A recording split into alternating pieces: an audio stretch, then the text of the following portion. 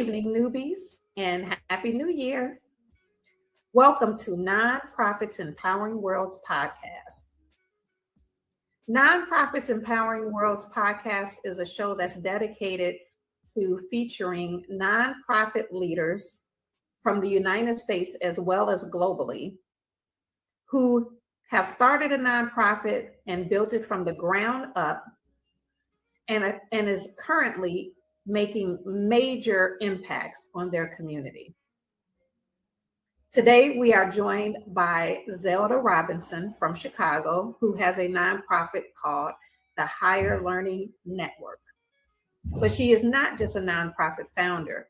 She is also a humanitarian that uses her own time and resources to feed the unhoused here in Chicago. So we're going to talk more to Zelda about her journey and what motivates her to do this kind of work and how she stays so youthful looking and vibrant. Look at her, isn't she gorgeous? She doesn't play the guitar, but I love this picture because I think it exemplifies who she is as a person, a free spirit. Before we bring her to the stage, I would like for you to hear a word from the Female Solution Global Broadcast Network, which is the network that we are a part of. I am your host, Bridget Scarborough. I am a nonprofit strategist and founder of 501c3 My.org.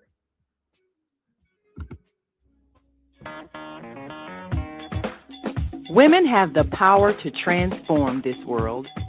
We can end crime and violence if we all agree to do one thing: share. Let's share our wisdom, share our time, share our talents, share our finances, but most of all, let's share our love. This is the Female Solution. Leaders of Nonprofits Empowering Worlds, let's go. But the vision that God gave me, I felt that it was time for me to step out and work on the vision that God gave me. We need look no further. We have a unique voice. We have a unique talent pool.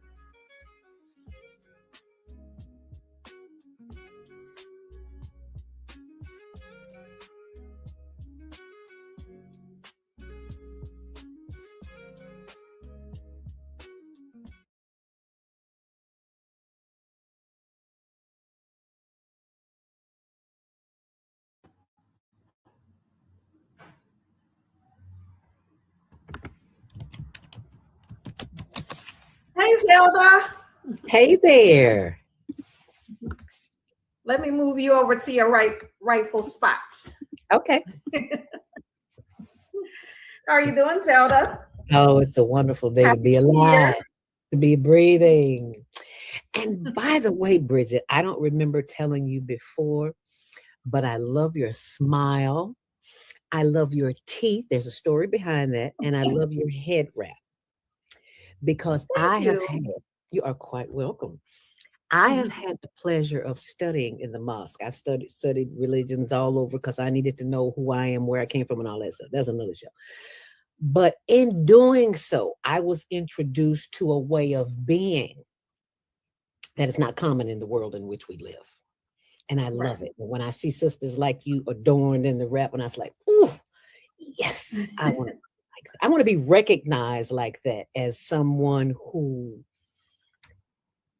has knowledge, has information to share, and just has a glow about themselves. Is the correct word hijab?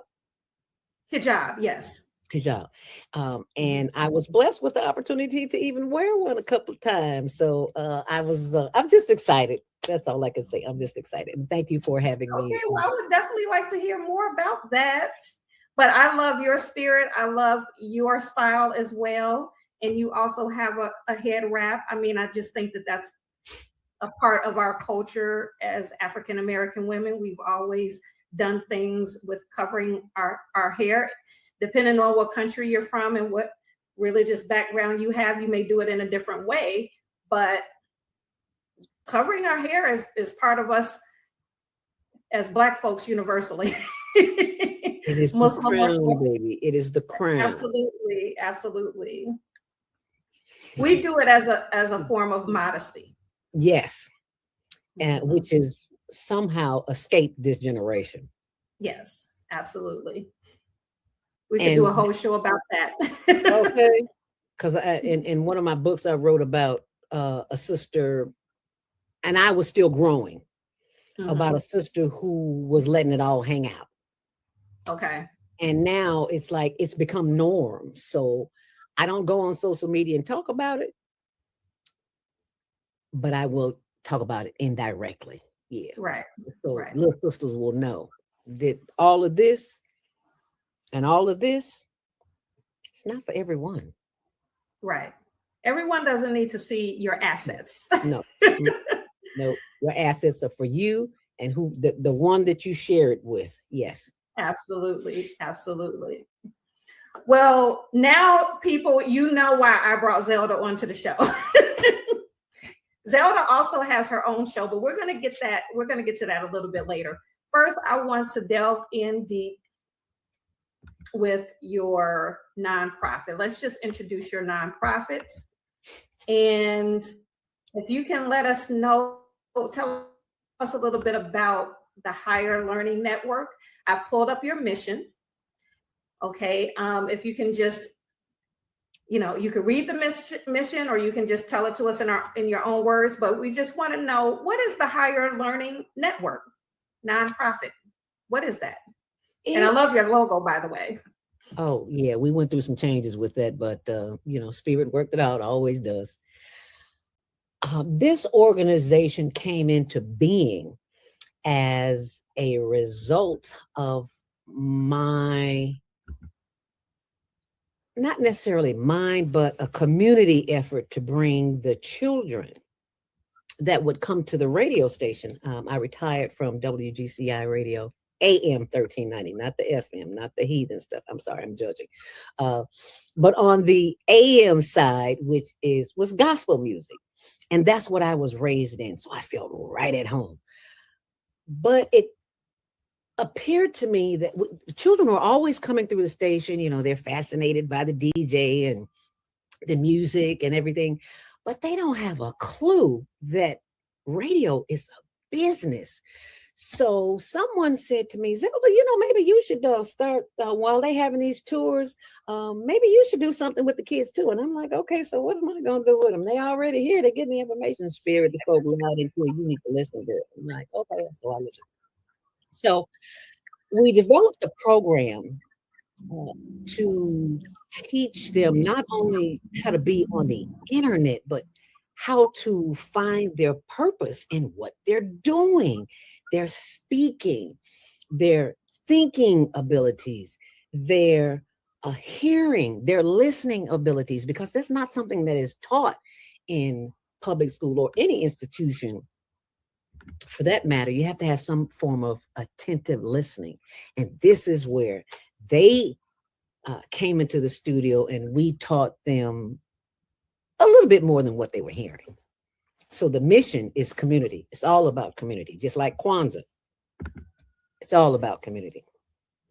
Okay, so you did some work with Betty Shabazz School as well, right? Yes, ma'am. Was that your first? Yes, was that ma'am. The first program that you implemented? In the Betty Shabazz International Charter School, yes. Naima Latif, which is in Chicago, by the way, for my non-Chicago listeners. On the south side of Chicago. What is it? Right off of 78th and Drexel, I think it is.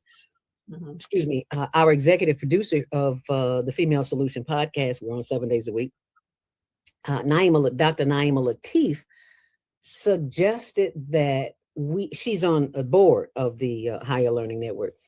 And she suggested, why don't we go to Betty Shabazz? Because I used to teach there. She used to teach there. And it's like, oh, okay, good. So she knew some people. We got in there and got the program up and running. We did a couple of semesters and we're working on more. But these children were so excited. And I was excited that they were excited. Who knew podcasting could be so exciting?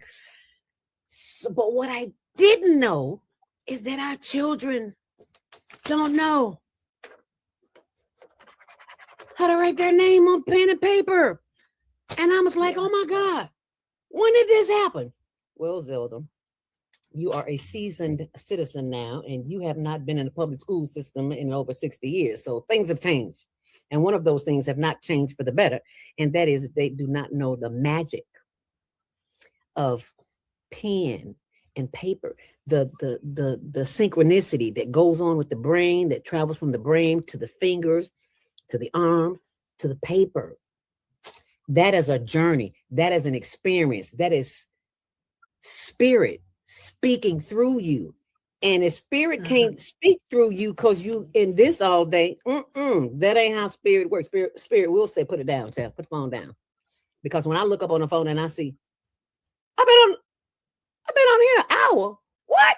I just came on here to check. That is why we have to connect with our higher power. First thing in the morning. Don't even turn the phone on the first hour you get up, because I caught myself getting up trying to look. Oh, no. That is not how you were raised, girl. Your mama will be looking at you. Girl, turn that phone off. So when you turn off the electronics, then you tune in. And that's where the answers come from. I say this every day on Monday Morning Mindfulness. When you tune the world out and you tune into what's in here, what the spirit has to say for you, child, you're gonna be just fine. But you gotta still. Well, I commend you because I'm also in the education field, and what I'm seeing is the same thing that you see. And that's something that I've always preached, was that we need to be teaching our students not only how to read and write, but what you're doing is teach with the podcast program, you're teaching them how to use technology to be a producer versus a consumer. So now, we're just thinking all of the schools, well, I'll speak for the school that I work at, all of the students are given iPads, and 90% of their work is done on the iPad. But we're not teaching them how to use the iPad and use that technology to create and to become a producer. All we're teaching them to do is consume. Even the curriculum that they're giving them is consumption, right? We're not teaching them how to produce content. We're teaching them how to consume content. And so they're just going from screen to screen. They're doing their assignment, but then they also have several tabs open of other things that doesn't relate to their to their assignment. But even the curriculum itself, when are we going to give them an opportunity to use this tool to produce? And so I commend you for doing that. For doing that part. Never looked at it like that, but commend the spirit, honey. I'm just paying attention. I'm just a vessel, and I recognize that. Let me tell you, about 20, 30 years ago, yeah, baby, it's all about me, because I didn't know what I know now. But when you recognize that the spirit gives you an assignment, God, Yud-Hey, Wav-Hey, Yahweh, Jesus, whatever you want to call your higher power, when they give you an assignment and you don't listen, you'll wind up in a place you don't want to be longer than you want to be there. I know I'm just telling all my business. Well, speaking of spirit, higher power, I wanted to also talk about your book. Now you have several books actually, but the book, your latest book, and let me bring a copy of that. The Mindfulness Stress Release Home Practice Journal. Yeah, the breakthrough system. See, everything is a system. So I see a common thread. I see a common thread with you. You have a show called Monday Morning Mindfulness. You just came out with a book called Mindfulness, the Breakthrough System. Tell us about this mindfulness thing. What is mindfulness? Why are you promoting this? What is your connection to mindfulness? Tell us about what this concept is. Mindfulness is really simple, and it's what we talk about on the Female Solution all day, every day, and that is to be in the present moment. Mindfulness. full of right now, because most of the times we're thinking about what happened and our to-do list, and we all up in here and not in here. So this program came about as a result of my having an accident and having been hospitalized with a broken ankle. You see, because I had been getting the messages for some while on certain things that I need to be doing with the organization, and I was a little overwhelmed and overworked and underpaid and all that good stuff. But Spirit said, you need to sit down and do this. And I'm on my way. I was working at the time, still working. And I was on my way to work and had an accident. And after that accident, I couldn't see it then, but I can see it now. Best thing happened to me. Broke a limb, couldn't walk, was in the hospital, wheelchair therapy, the whole 9 yards, had to learn how to walk again. And during that time, it was such a blessing in disguise, because this is what showed up. Mindfulness right here, right now. And all you have to do is listen. That's all I did was listen. And I wrote. And that's how that came about. It's not mine. I tell people I'm not the author. I'm just the vessel. So mindfulness is about being in the present. In the present moment. And that is so hard to do because we're so busy. Absolutely. And you share some techniques in the book about how to be present, paying attention to the breath and paying attention to your body and how it moves. There was a section of the book where you talk about stepping onto the elevator and how you were aware of your legs stepping onto the elevator and how it felt and what was going on in your body when you stepped onto the elevator. So I guess these are techniques that bring us into the present moment, right? So we're not thinking about what's happening tomorrow, what happened in the past, things that we can't change. I always like to say, tomorrow actually never comes when you think about it. We're never in tomorrow. We're always planning for tomorrow, but we're never in tomorrow. Like this current system is right now, that's planned this 50 or 100 years ago. What we're experiencing right now was planned 50 or 100 years ago, if not longer, who knows? So go ahead. It's a challenge being in the present moment, because there's so much coming at us from all sides. From the what do you call it? The chemtrails, yes, which is disturbing our inner. So it's a real challenge to be present at any moment in time. And one of the most powerful things that you can do at any moment in time, ever in life, is to use the stop technique that I developed, that Spirit gave me. I ain't developed nothing. Quit lying, girl. Spirit gave it to me. STOP. Stop. Whenever you are out of sync, unbalanced, stop. STOP, and breathe. You simply go inhale and exhale. And if you take that breath long enough, you will feel the energy moving through your body. So now let me tell you what STOP is. It's real simple. S is for stop. T is for take a breath. Always through the nose. And exhale. O in the word stop is for observe. See how we always look up, down, and around, but we seldom look within. That's the observation that we want. And last but not least, it's the P in practice, STOP. You got to practice it. It's not going to happen on your own. You can't do it when you're not disturbed. You got to do it when you're disturbed. And the way to do it is go, and chances are people going to look at you like you crazy. But if you got a little funk on your breath, you forgot to brush your teeth, garlic, and all that stuff, and breath kind of foul, they'll be like, Zelda girl, okay, yeah, girl, all right, I'll see you later. The breathing works. Plain and simple. It works. And I did not go to school to get education for this. I have a degree in journalism, broadcast journalism. Has not served me a day in my breathing and in my stress relief. And as a matter of fact, it increased it because in radio, you have to talk very, very fast. So I had to learn how to slow it down a little bit. And I still talk fast. I know I do, but I don't talk as fast as I used to talk because you had to. Now, did you understand what I said? Of course not.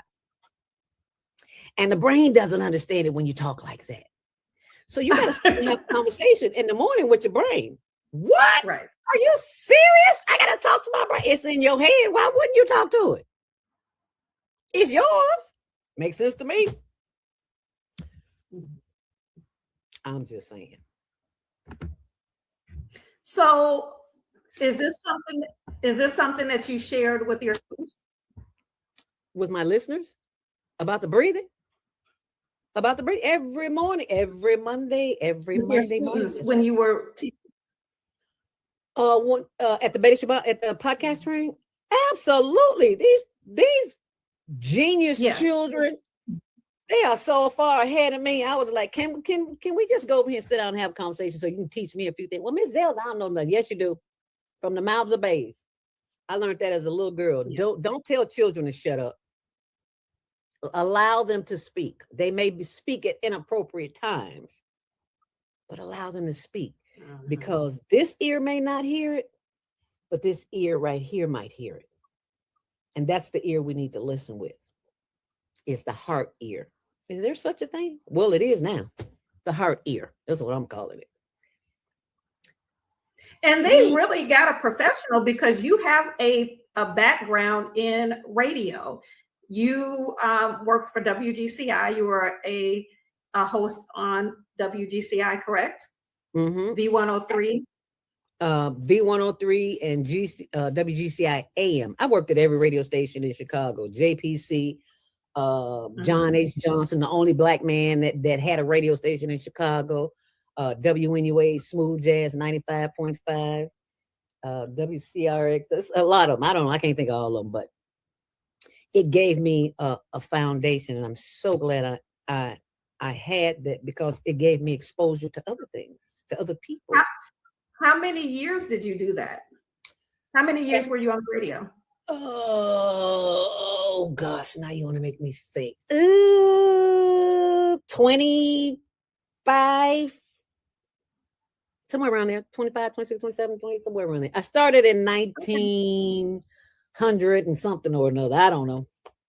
But I was the oldest student because I was a late bloomer. I went back to school at 36 to get my degree in broadcast journalism because I was working as I did a clerical work, just like all other women. I did clerical work and it just wasn't satisfying. And I'm like, I got to do something. I don't know what to do. And at the time I was know what? Huh? Well, in the research that I did, I discovered that me and you have the same alma mater. I'm a graduate of Columbia College, and so are you. Really? I did not know that, Bridget. Yeah, wow. I actually started out as a journalism major, but I dropped that and went into education. Oh, wow. Good for you. You see what journalists are at right now, right? Yeah, exactly. I mean, well, right now you can be a journalist without having a degree because of the internet. Yeah. Independent journalist, yeah, because gone are the days of AP and Newswire, and I was a member of the Chicago Association of Black Journalists for a while, and it just kind of died out when COVID hit. Everything died out, right? And being in that circle for our children really, really gives them a head up, and not only do our children. Oh, my battery's about to go out. I got to plug my computer up. I thought I had it plugged up. Not only, I forgot what I was getting ready to say. I saw my. You said not only do our children. You were about to say something about the children. Oh, they spoke to children in China. They spoke to the children in China. Naima Latif, Dr. Naima Latif, executive producer of the Female Solution, has a niece who lives in China. And we were having a conversation and she said, well, maybe we should connect American students with Chinese students. I'm like, yeah, that'd be a bomb. That would be awesome. And that's what happened. That's and nice. They learned a little Chinese. We learned a little Chinese.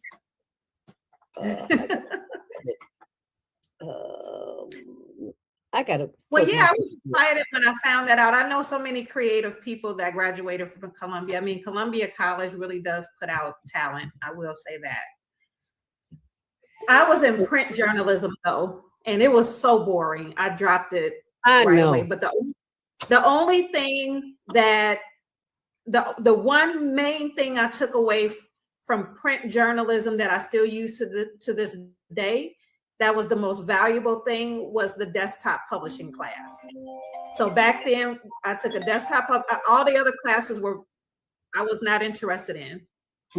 But the desktop publishing class set a foundation for me to do what I do now. I ended up publishing, while I was there, I ended up publishing poetry. But once I learned desktop publishing, I was like, this is all I need to know. I could publish my own book. So I published a poetry book while I was still in college. And then even to this day, even though now we have more advanced software and apps now to do this type of desktop publishing work that we used to do, now it's a lot more advanced. It kind of set the foundation for design and layout with me, so that's why I'm able to do my own promotional materials and things. I've always enjoyed doing things like that. Yeah, design and layout. So, but I got that from desktop publishing class. I wouldn't have even known that was an interest of mine. But once I knew that, I said, wow, we can, I've been able, when all of the businesses and things like that, I've been able to use those skills to do brochures and, logos and all of that kind of stuff, and that really, the foundation for that was with that class, that desktop publishing class. And that was a class at Columbia College? At Columbia College? Yeah, it was in the journalism program. Yes. Oh, okay. I didn't see that class. I might have taken that one. Now, remember, this was back in the day. So it's probably a lot different now because we were using like Quark Express and all of those type of programs. Now people have Canva, and it's a lot more, the software is a lot more advanced now. But I did my first poetry book in Quark Express, and I learned that from the desktop publishing class, how to use that. Wow. And what year was this? 90. I started Columbia in 95. Okay. 1995. So I probably took that class around 1996, 97, something like that. Okay. Yeah. I left in 93 and I wanted to go back, but I was just so sick of school. I swore on a stack of Bibles I would never pick up another book, read another nothing. So don't say what you're not going to do, because that's exactly what you wind up doing. I learned the hard way. But yeah, Columbia is a place where you can learn so much because the students are from everywhere. And there's just and what I really loved about it was that the teachers actually work in the area, in the industry where you want to go. Yeah.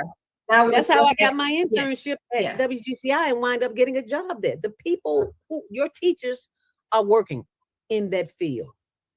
And that's the beautiful thing about it. Right. That was their claim to fame. That's what they always advertise, that you have, that the teachers there are actually in the field. Yep.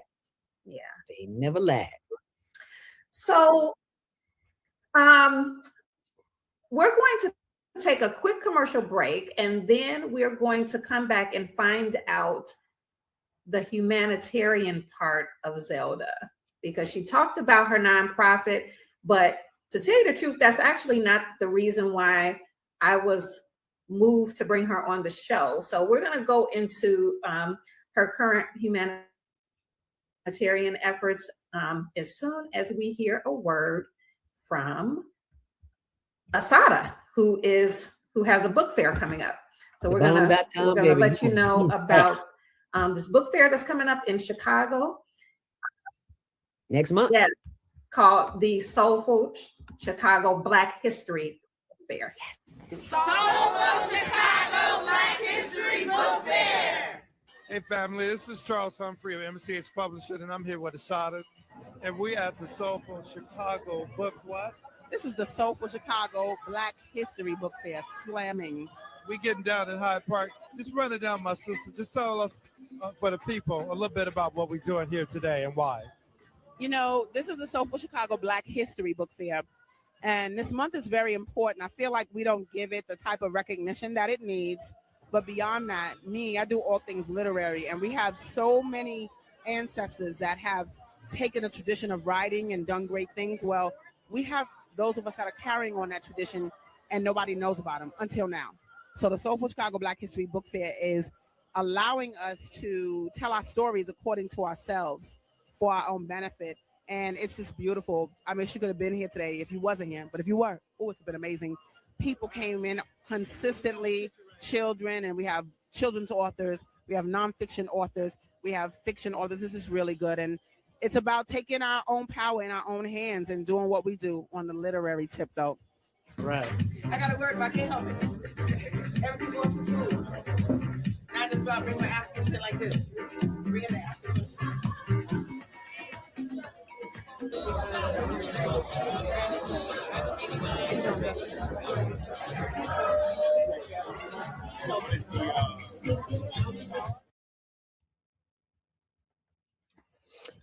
Book fair. So if everybody mark your calendars, February 15th, the Soulful Chicago Black History Book Fair this year is going to be in Brownsville instead of Hyde Park. But that was just a glimpse of what you can't expect. Brownsville is a community in Chicago area. And it's going to be on and popping. So Zelda. Yes, it is. Yes, ma'am. So I know that you currently do a lot of work with the homeless, and that's actually why I initially wanted to bring you onto the show. As I delve deeper into who you were, I noticed you do all of these other things. You're an author, you are a talk show host, a radio talk show host, now turned podcaster, and you have youth programs that you do and things like that. So there's a lot to Zelda, but one of the things that caught my eye was the work that you do with the homeless people. So I wanted to, or the unhoused, as you call them. And that's another thing I want to ask you about, even that term. So we're going to delve into that a little bit. Before we do that, I'm going to show a clip of you doing some work with the unhoused, and then we'll have a little discussion about it. Okay. All right, sounds good to me.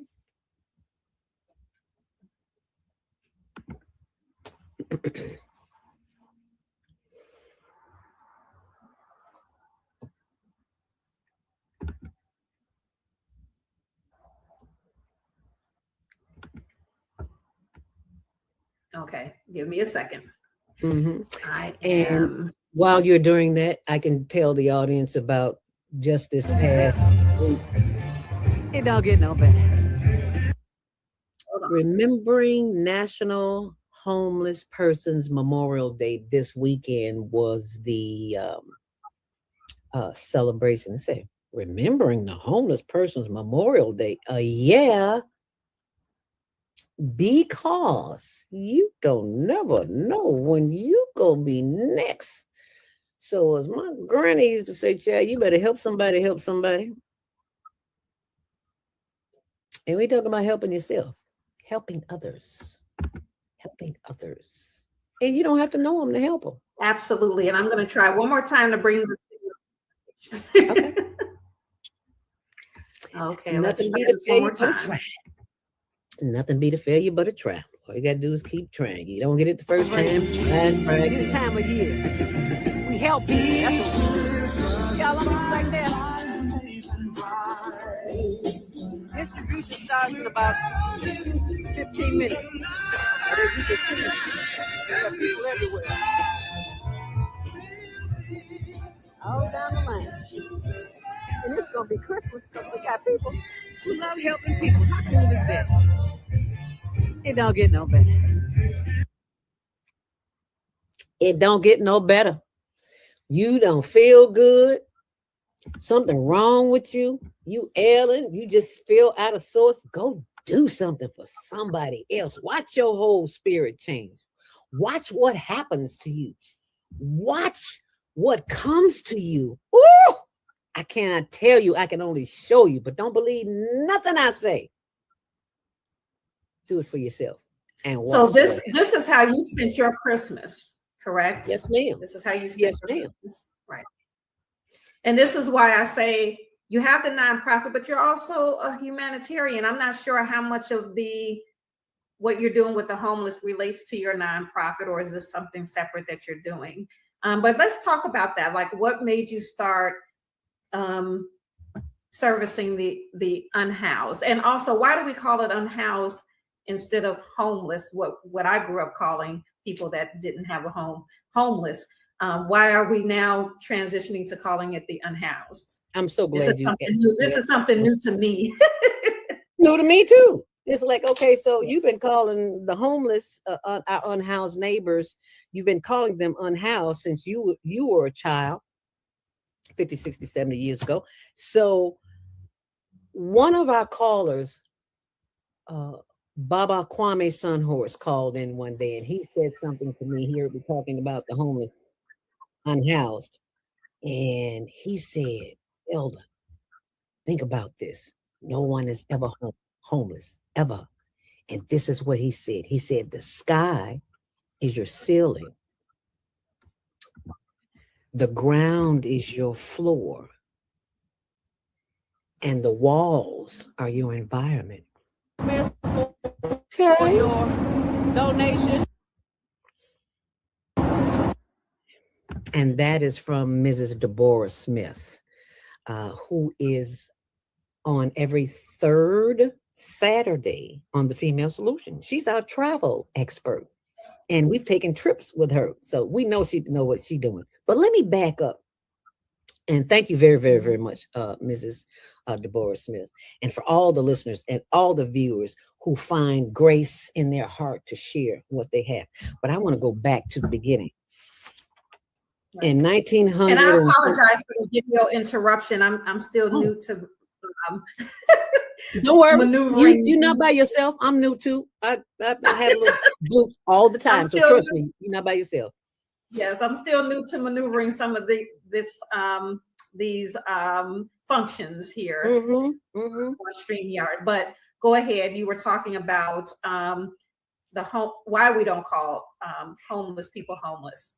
Because people have an agenda. And I discovered that agenda is not for the best interest of those who are living on the street. I watch a lot of YouTube University. That's where I get a lot of my information from. And when I discovered that many nonprofits, not ours, but many nonprofits get millions of dollars, and here we are here scraping, it's because they know who to connect with, and they know how to spend the money, and they spend the money on salaries, not always on the unhoused. So I've discovered there's a racket going on. You want to make some money, start servicing the housing. I have not applied for one grant for housing, but I've met a sister who has some information on some housing. So we're gonna be able to house some folks in a minute. Matter of fact, right now, because we're working on it. So we're gonna make that happen. But I want to back up to how this organization got started. At first, there's a sister named Rhonda Thomas. And we were teaching women how to start a nonprofit agency, how to start a business, how to start an LLC, all that. And it was called the Professional Women's Empowerment Network, PWEN. Well, during those breaks in the training, the sisters would get together and talk to each other. And they would always talk about their children. And they were always saying, well, wish we had something like this for the children. And so we were thinking, okay, maybe we need to do something for the children. Okay. So we started YEN, the Youth Empowerment Network. And then after a while, the adults said, okay, you training the children, but you need to come back to us. So it's like, okay, we got the youth and we got the adults. And we can't use any of those names. We can't use Professional Women's Empowerment Network. We can't use Youth Empowerment Network. So we need something else. And someone comes along and brings me a big H. And what am I supposed to do with this? And something said, Spirit said, just hold on to it. And it's like, okay. And out of nowhere came the word Higher Learning Network. And I got it, and it clicked just like that. So even though we went from Pwen to Yen to HLN, we are now the Higher Learning Network. And we've been operating since 1900 and something or another. I don't know. Anywho, I just love saying 1900 or another because that makes you sound really, really, really old, right? I want to get to be 102, that kind of. But homeless or unhoused, because when we say the word homeless, it has a negative connotation, like you're unworthy. You are not a person that I would like to associate with because you have nowhere to live. Worst thing in the world. What kind of consciousness is that? So maybe, just maybe, I don't know, just maybe somebody came up with unhoused because it sounds a little more palatable, a little bit more friendly. Not so the homeless people over there, but now they're unhoused. Where do you think it came from? That's what I think. I don't know. And that's just in the last 5 Well, years. you started to say that somebody shared with you, somebody stated, people. Yeah, you started to make a statement, and I think I interrupted you with that video. But you were saying that someone said that they have the sky above them, they have the ground below them, or something to that effect. Did you want to finish that statement? What was the message there? He's Baba Kwame Sunhorse, who is a seasoned citizen. He lives in Georgia. Naeem and I and somebody else, Deborah, as a matter of fact, went down to Georgia. I forgot what, it wasn't Atlanta, it was a suburb of Atlanta. I can't remember which one. And we were having a conversation. We went for a little powwow in the yard where, not a smoking powwow, but a powwow where great minds came together to focus on the upliftment of the community. And while he was there, he said something that struck me. He said, the sky, there's no such thing as homelessness. It's unhoused. The sky is their ceiling. The ground is their floor. And the environment are their walls. And I hope I said it right, Baba. I hope I said it right. Because America has taught us that if we don't have the traditional housing, like in the motherland, we live in huts, let me straighten that out, in the suburban part of the continent of Africa, in the hills, people live in huts. And there's nothing wrong with living in a hut. You learn how to survive. You learn how to use your instincts because you're out there with nature. You don't have the ability to go and open a door and go sit on a toilet and squat and release yourself. You don't have that. So you have to become creative. You become a genius through survival, through instinct. And there's nothing wrong with that. I've lived not on the street, but I've lived somewhere I didn't want to live. I'll put it like that. I wasn't on the street. I was in a house. I was in an apartment. I was in I had my own bedroom. That wasn't mine. When we're taught that, family doesn't matter. Everybody needs your own. No, you don't. You need family. You need people that are familiar with, that you are familiar with, because you have something in common. We have a collective consciousness, and the ancestors are always talking. We just too busy listening. I'm sorry, I talk too much. Go ahead, girl. I do that. Oh no, I'm soaking up everything you're saying, because the other thing that we don't think about is there's homeless people that we know are homeless because they're literally sleeping on the street. And so we can look at them and say, okay, this person is homeless or this person is unhoused. But there's another population you just described where maybe they are living up under a roof. However, it's not their own. It's somebody's, they're staying on somebody's couch. They're going from house to house, different day, a different home. They may have to hustle and manipulate to, get somebody to let them stay with them, for that night or a couple of nights. And then they have to do the same thing. It's like, okay, repeat next day, repeat, same thing. Whose house am I going to be staying at tonight? Who am I going to smooth talk my way into or manipulate or, whatever they have to do. So, there's people that, again, they may have a roof over their head, but that doesn't mean that it's theirs. We have a student population. That's where the McKinney-Vento laws came into play, because, a lot of our students are homeless, living from place to place, living in a car, things like that. And they might not have an address. So homelessness looks like a lot of different things. Just because you are sleeping under someone's roof doesn't mean that you're not homeless. And I had no idea that there were so many unhoused children. Yeah. 9, 10, 11, 12, 13 to 19. One could almost say I was homeless as a 10-year-old when my mom passed, but I had an auntie. I had an auntie in Mississippi. That's why I love Mississippi so much. And notice I said Mississippi. I didn't say Mississippi. I am a college-educated woman with a degree. Yeah, like that really means something, especially now. But Mississippi rocks.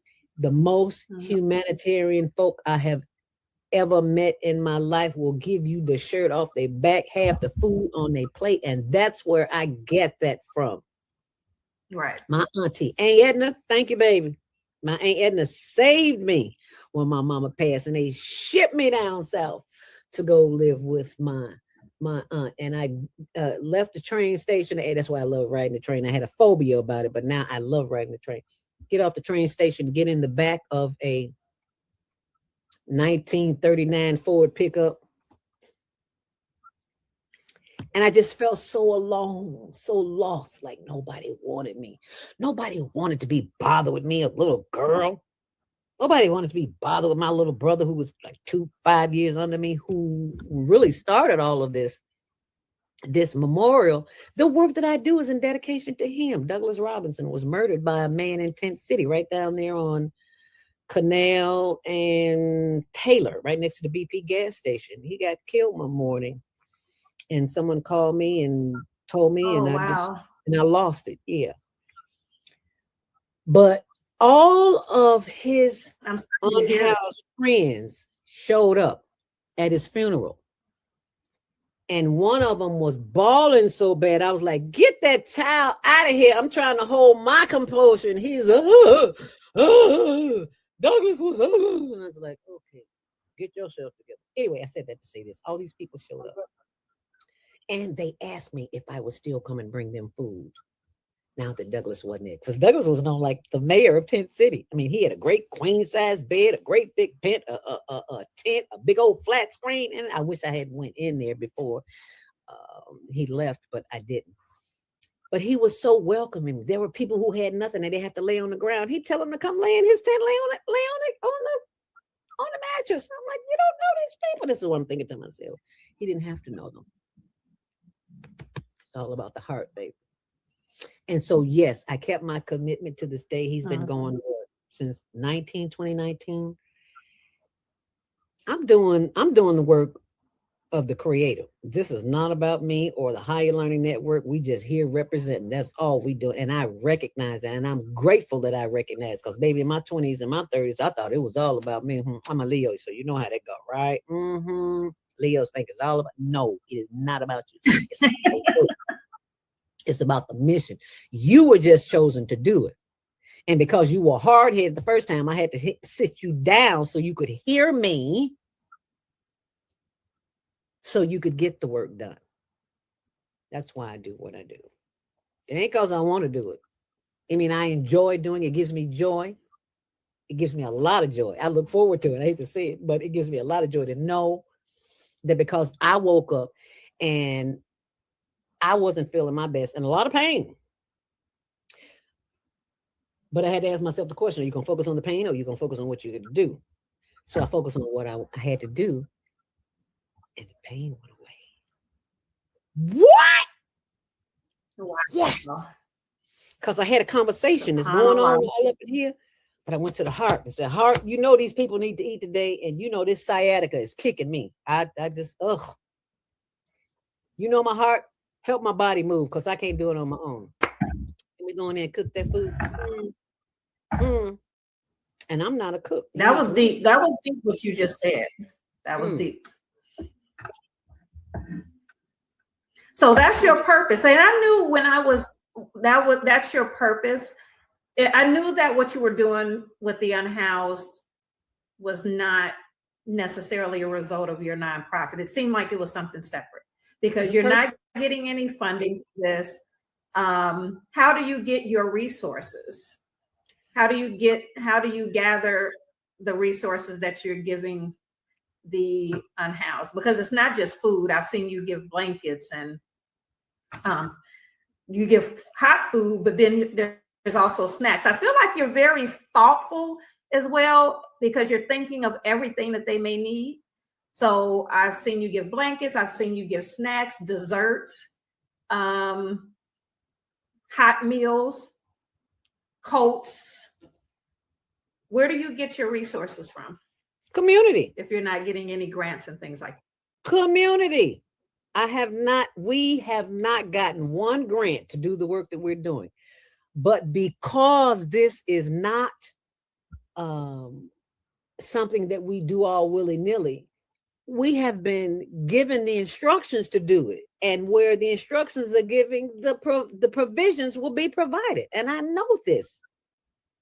So my mission for 2026 is to enlarge our territory by getting other folk to join us in the work that we do. Oh, there's a there's an organization called Street Samaritans that I went and volunteered with, who go out and did they feed them? I think they gave them more resources than food. I don't think they gave them food. If they did give them food, it was snacks, a lot of snacks. That might be where the idea where I got the snacks from, because we were always giving them food, but we weren't giving them snacks. But just to back up a little bit, I have been a volunteer at an organization called eaachicago.org. When it first started in 1980 something, I don't know. Anyway, I've been a volunteer there for over 35 years. And since I was there with the executive director, and he knows I wasn't doing this then, but I've always been a volunteer. They offer CETA, lie heap, clothing, food for seniors, and construction as well, if their homes are falling apart. So I knew about this organization, and then I went to another church that my cousin took me to, and I volunteered there. So it's like I'm getting all of these organizations. So I'm asking these organizations to donate as well. And when they donate, that's how we get the big meals for Christmas. We had a ham. Thank you, Congressman Danny Davis, and the Hope Coalition. That's where we got our ham from. Thank you, Linda Barker, CEO of Sisters of the Hood, who sent me there to volunteer. And I volunteered. You need something done, call me. If I'm available and I'm in no pain, I can help you. So I went there. And because of that, They also gave us some toys to give to the children, even though I don't believe in that, children need to know that they're loved, and that's how you're going to show them that they're loved. Give them toys, then give them a toy. So I got some toys. I can, yes, I can. Being a volunteer enriches your life, and you learn so much every single week. I go there every Thursday from 2 to 4. I get there at 12 and leave at 5. But those are the hours that we distribute food. And they always let me take something to the unhoused. And I am so very grateful. And I am even more grateful for people like you who are watching this on the Female Solution, who send in whatever you have, $1, $5, $10, $20, $100, $200, $500, whatever you send in. We have regulars who send in money all the time. And I show them, and I tell the people when we're filming and say, look, I do not have to film you, but I do have to film me or him giving the food away. So these people will know we ain't out shopping. We don't do that. Girl, if I never hit another store in my life again, it'd be too soon for me. We're not out spending money, traveling all over the world. I see where people take people's money and they just go and have a good time. That's not what we do. Our heart is in the work that we do. So, and we got to count. And we give, what do they call it at the end of the year when you give a financial statement of how much money you've donated? We give that too. So if you need that, we got that for you. A charitable receipt. Yes. Yes, a donation receipt or charitable receipt. Yes, ma'am.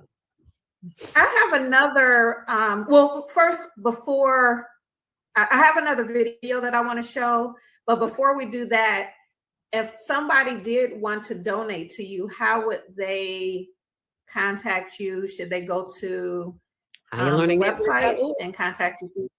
Mm-hmm. Okay. There's a big PayPal sign there, and if they can't go through PayPal, they just scroll down the page and leave me their contact information, and I'll send them. We have Zelle, Venmo, Cash App.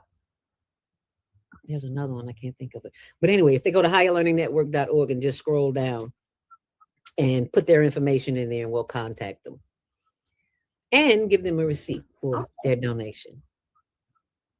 Absolutely. And you're a 501c3 organization, so they get a tax write-off for that? Yes, ma'am. I'm going to go ahead and play this other video of you. Sorry, did you want to say something? That's why I was so excited when I saw when you had joined the team. I said, name her company called 501c3. Oh, yeah, I got to talk to this. She's bomb.com. Yeah. But she knows some things. Yeah, she knows some things that I might not know. Yeah, I got to talk to her. And then out of the blue, I was like, oh, okay, still working. Always, girl. That's what I'm talking about. Yes, ma'am. Mm-hmm. Well, you can always schedule a consultation. I just had a consultation with Naima about some things that she wants to do. Okay. Wonderful. Yes, ma'am. I will be doing just that. So let me show this other video of you providing resources to the unhoused. And then I had a couple of questions I want to ask you about that. Okay.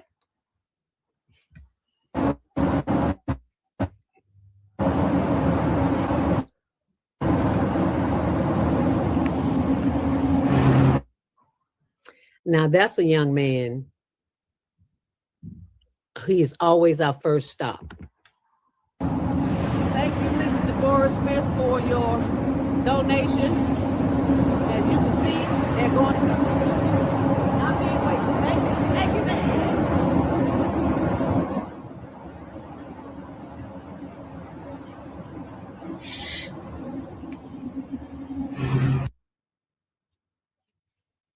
Hey, that young man is always our first stop on our journey, because we always see him first, and he's usually always there. And I never because I don't like to be awakened when I'm asleep. I don't never want to wake him up, but Tony's like, wake him up. We got food for him. And he usually wakes up. So that's just my idiosyncrasies. Yeah.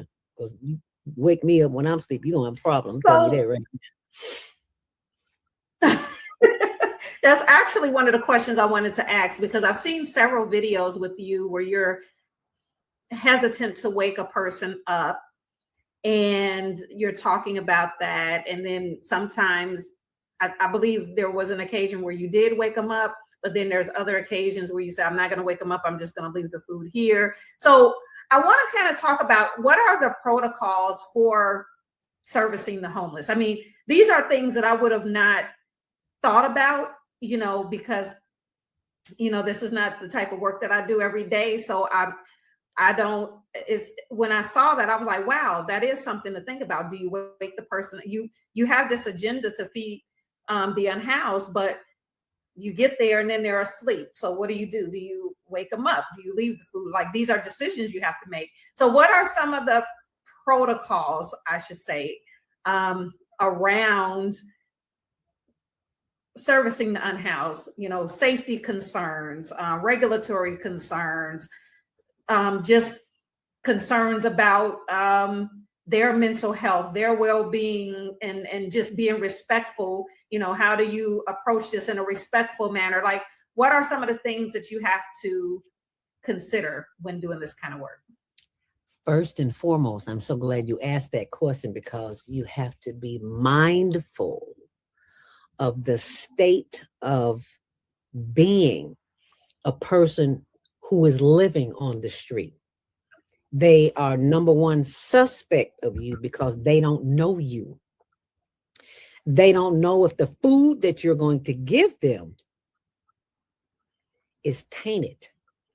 Because I saw a movie where they were feeding people who were unhoused and the food was tainted. Need I say more? So once you see, when you keep going back, once they see you on the regular and nobody died the day before, the week before you gave them some food, that's a good sign. So they'll be receptive to you when you come back. Because I've discovered in this work that there are a lot of people who don't mean unhoused people good.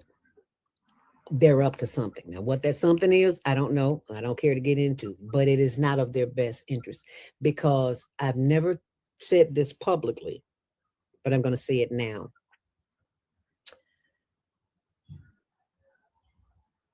I was attacked mentally, not physically. I was attacked mentally by an unhoused person.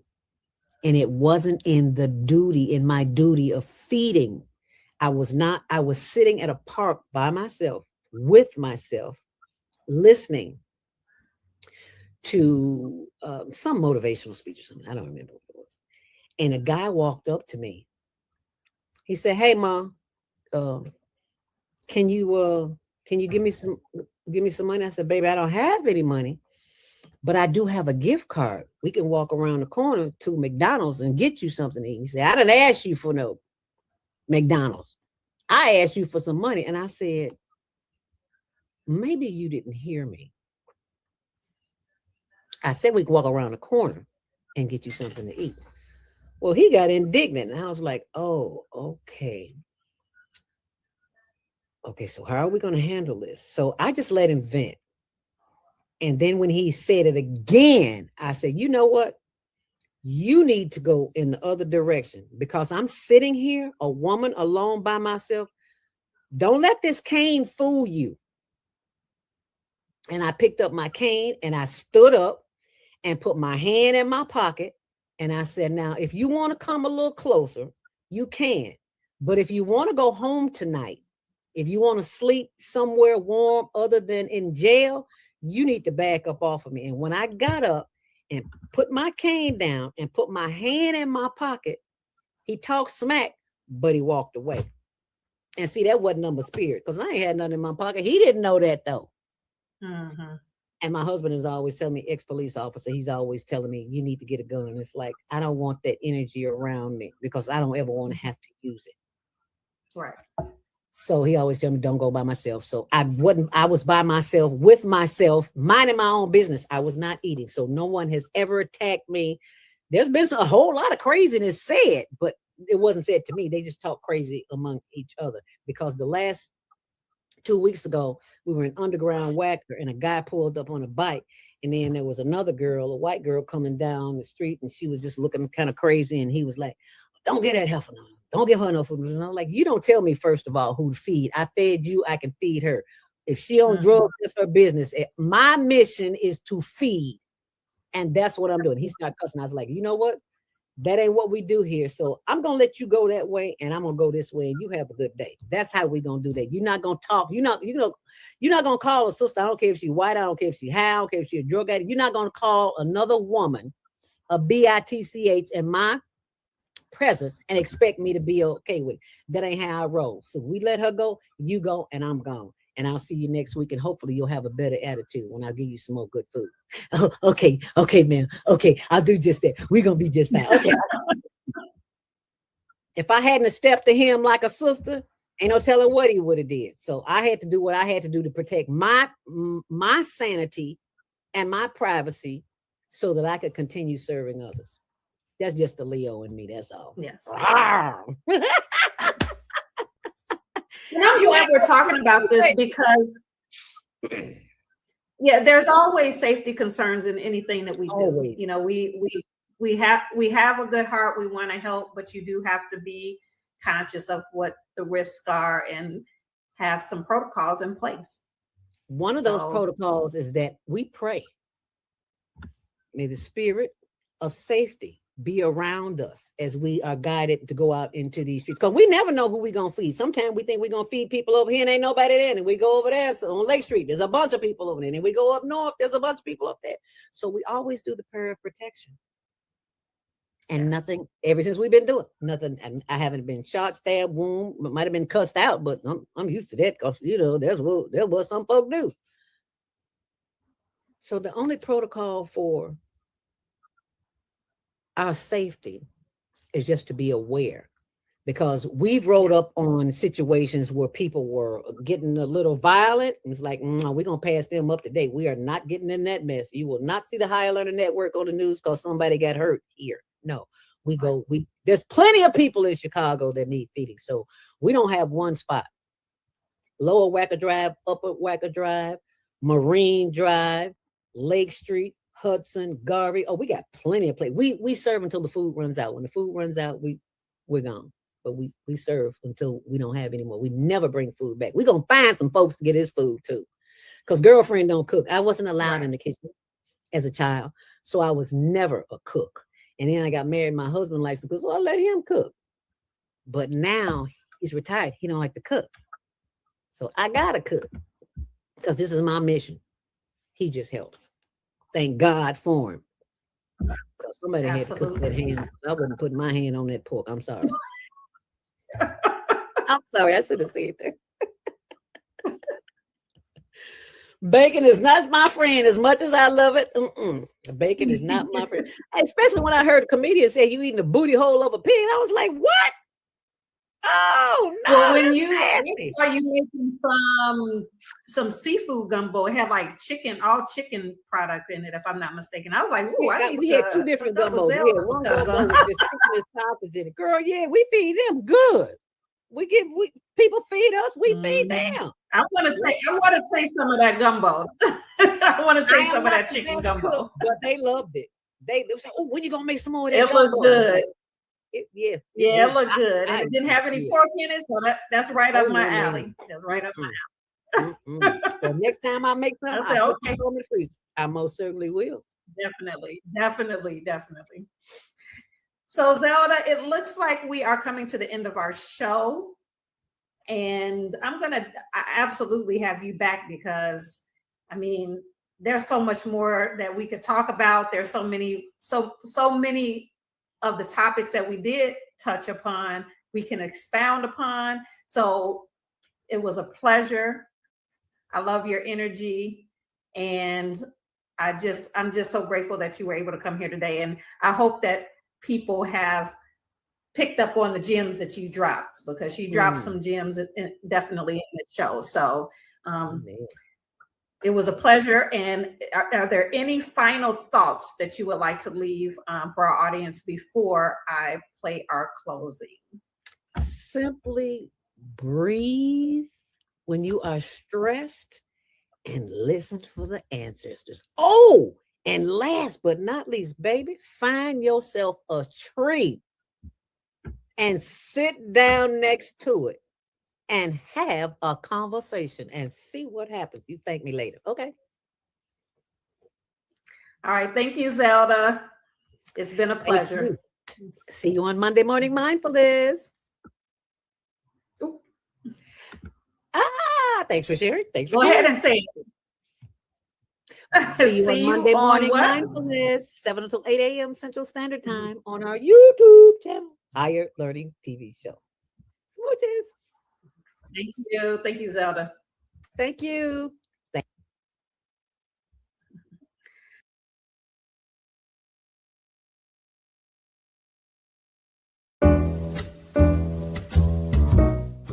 We've come to the end of our show today. If you missed any broadcasts, go to our website for the audio and video archives at www.thefemalesolution.com.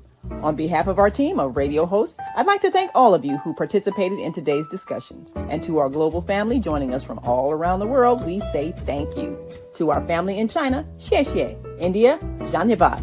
Japan, arigato. Korea, kamsamnida. Russia, spasiba. Germany, danke. Poland, dziękuję. France, merci. Spain, gracias. Italy, grazie. Egypt, shukran. Ghana, madasi. Nigeria, eshe. South Africa, ngiabonga. Senegal, jareh. Kenya, asante. Israel, toda. Pakistan, shukriya. Afghanistan, tashakur. Saudi Arabia and Palestine, shukran. Assalamu alaikum wa rahmatullahi wa barakatuhu. Thank you, and may peace be upon you and the mercy of God and God's blessings.